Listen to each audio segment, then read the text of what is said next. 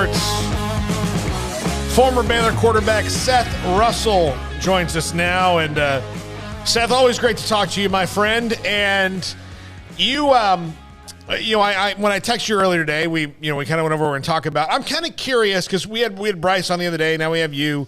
And he had his views on this. How do you think that the teams that you were on would have reacted if the rules now, or would have been different, I guess, had the rules that are in place now been in place back then? Man, that's a good question. I think just from looking at it from a player standpoint, it can be a lot more self-centered.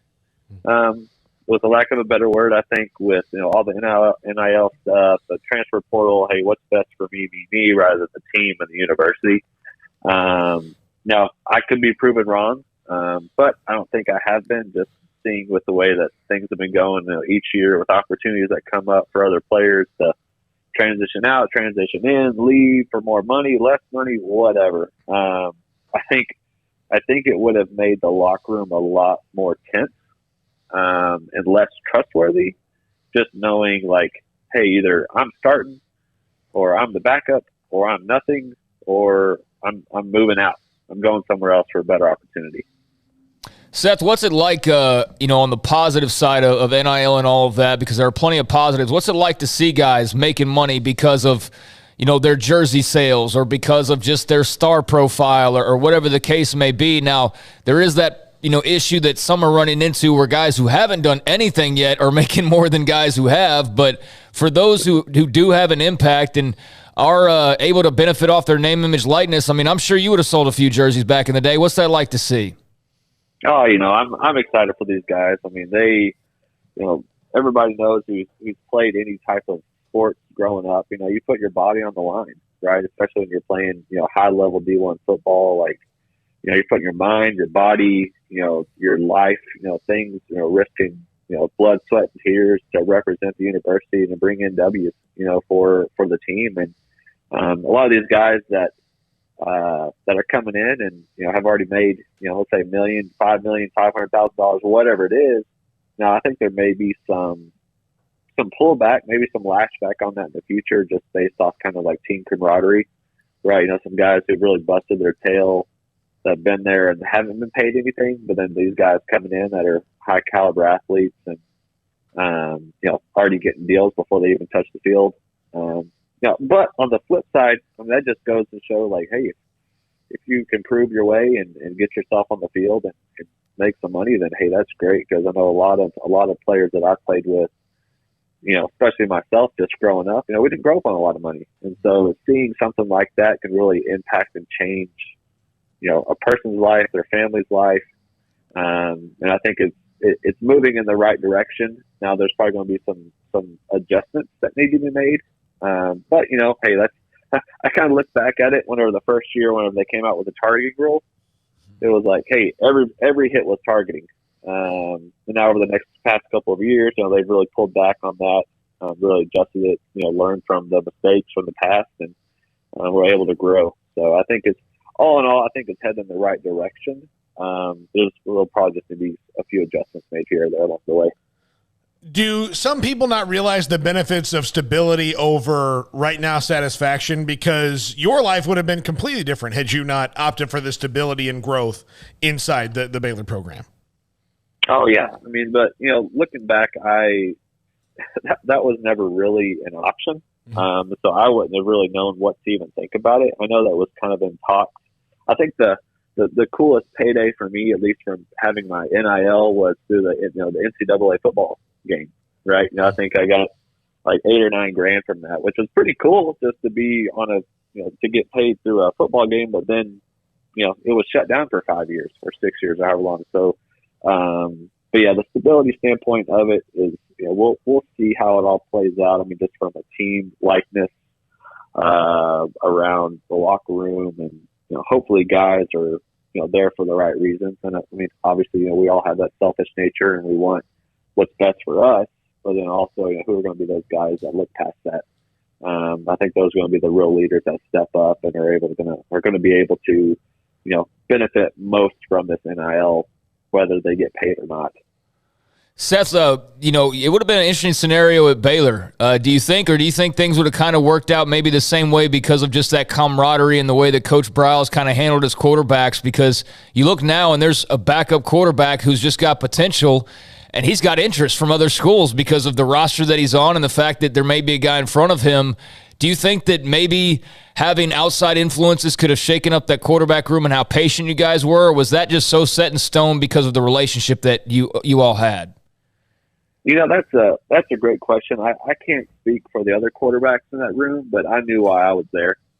Right now, I wanted to play for a high-flying offense. Briles, Montgomery, KB, all those guys that were just, they were playing. The offense itself was quarterback friendly, right? Mm-hmm. And just for me, knowing what opportunities that lied ahead, like, hey, I wanted to sling the ball.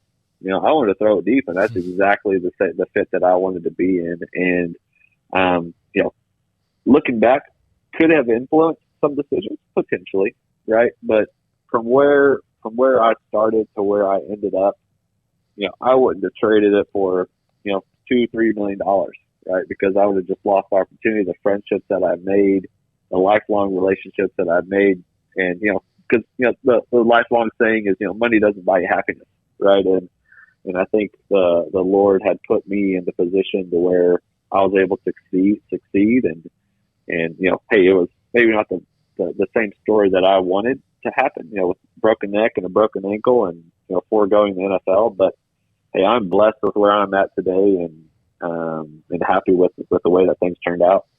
Now, Seth, I always kind of got the feeling talking to when Coach Briles was here or any of the coaches that they kind of felt in recruiting you were a bit more of a diamond in the rough that they found, because you played what, 4 sports in high school, so you were never kind of pigeonholed into one thing, and they thought if this kid ever has a full off season just dedicated to football, this could really be something. What like if it wasn't Baylor, where were you going to go?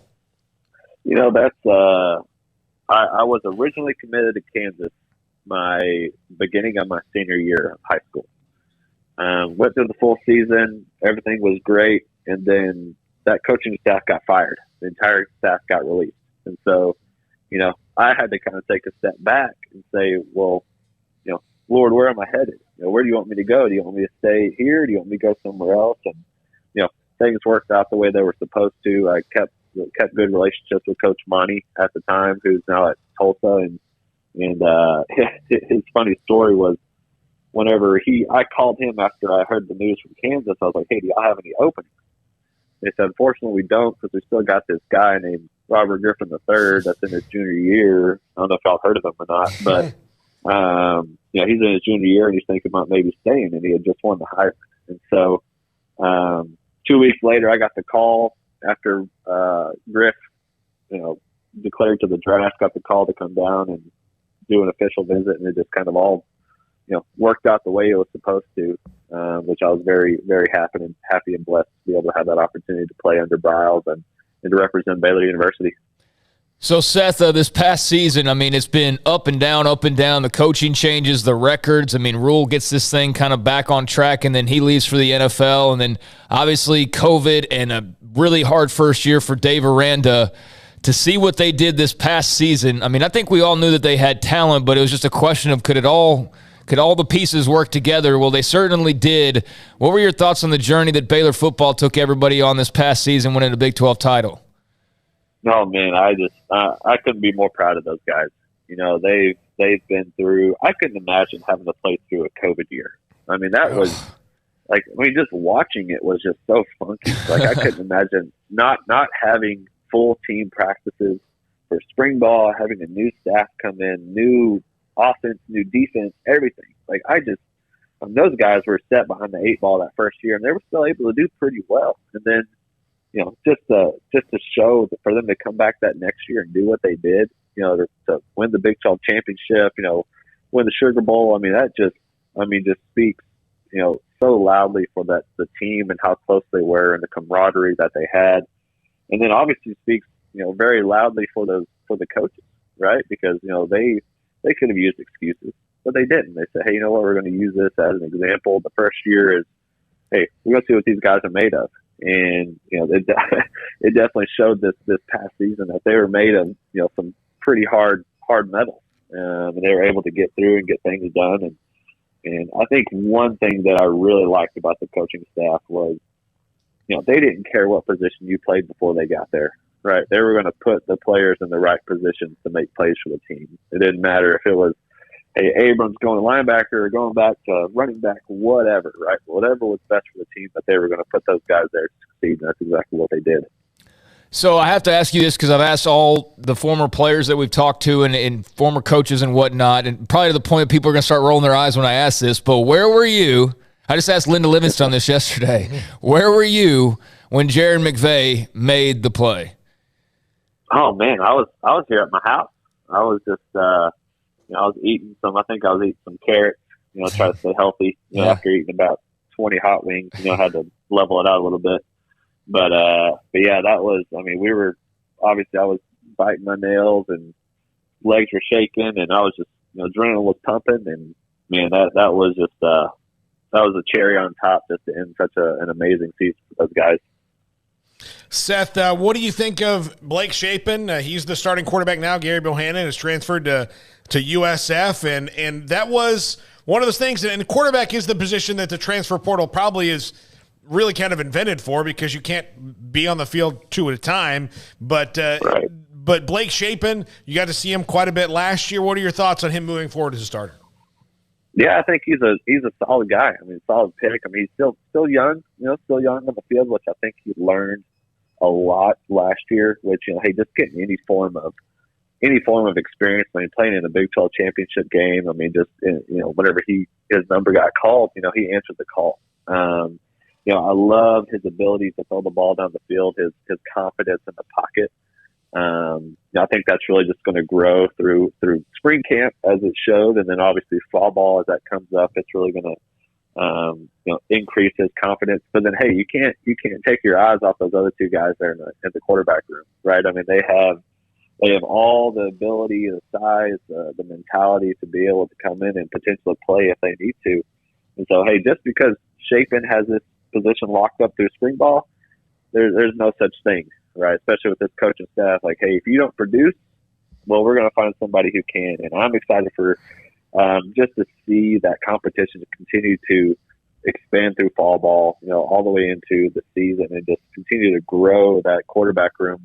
Sean Bell has done an amazing job, and I know that was a hard decision for them to make with Gary, and because he led those guys, up and down the field several games, right, several seasons, and I know they like I said earlier, they're going to put the guys in the best position to make plays for the team, and they felt like Shapen was that guy, and I don't think that's a bad decision at all.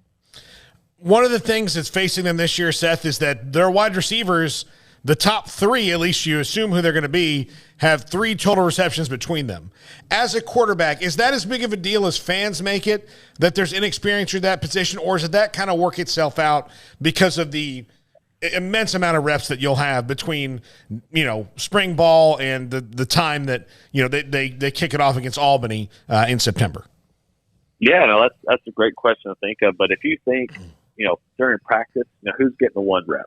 Right, Gary was getting a lot of those 1 reps, or with those guys that were, the starters. The 2s are with who Shapen was with, right? And so they've already kind of built that relationship, whether it's been on a game field, in the actual game, or just in practice. Like that they should correlate immensely, right? And so even though they only have 3 receptions combined, hey, that's fine. Like I'm happy with that. They've gotten some game play together, right? But I think from work ethic, that's really going to determine how well they can meld on the field, which I think they'll be able to do that pretty seamlessly, just with the way those coaches are coaching the kids and the players. Like they're all going to be on the same page regardless of what is going on out there.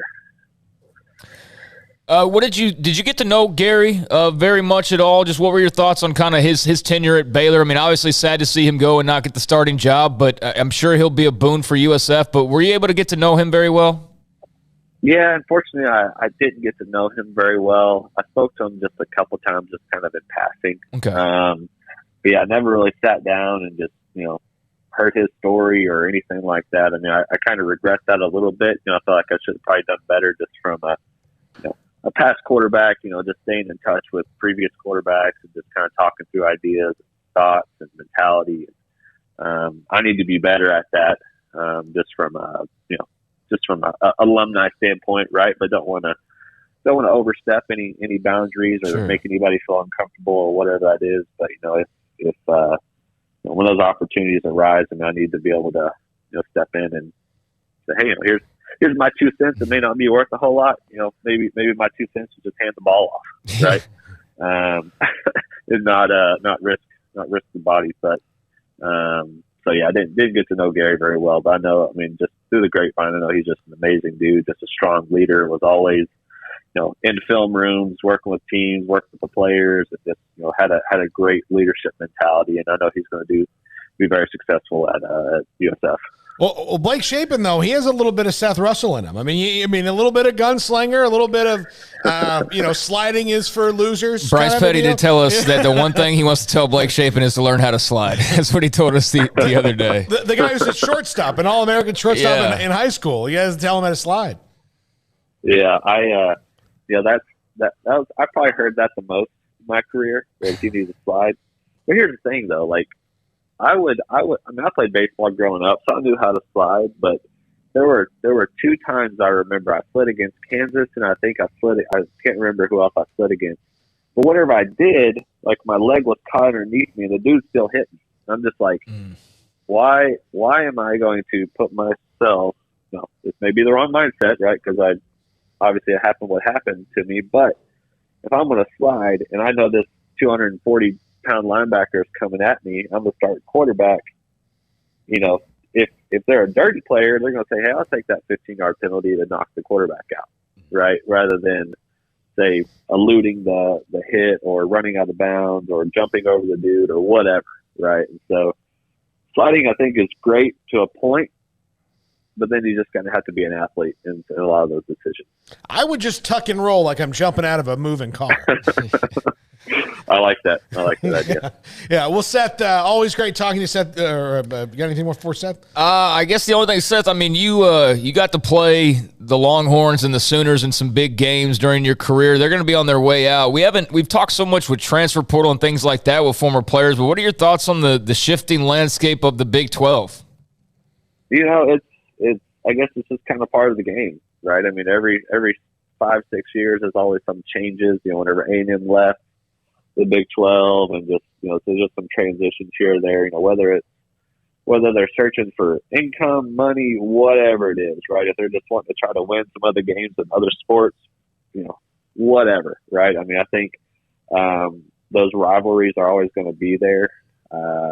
It's unfortunate to see them go because they've been great competitors, right, the Big 12, but I know these guys coming in, these other 4 teams are going to bring a lot of different dynamics to just Big 12 play, and I think that's going to be really cool to see how the coaching staff, how the players, how they all adapt to traveling more than 200 or however far the furthest. I guess West Virginia was the furthest, but going up to Cincinnati, going out to Florida, going up to Utah, it's gonna change the travel dynamic a little bit, but I know that Baylor and their fans are going to travel, and it'll be cool to get some different views rather than going to the same 2 universities for the past 30, 40 years or however long the Big 12's been around.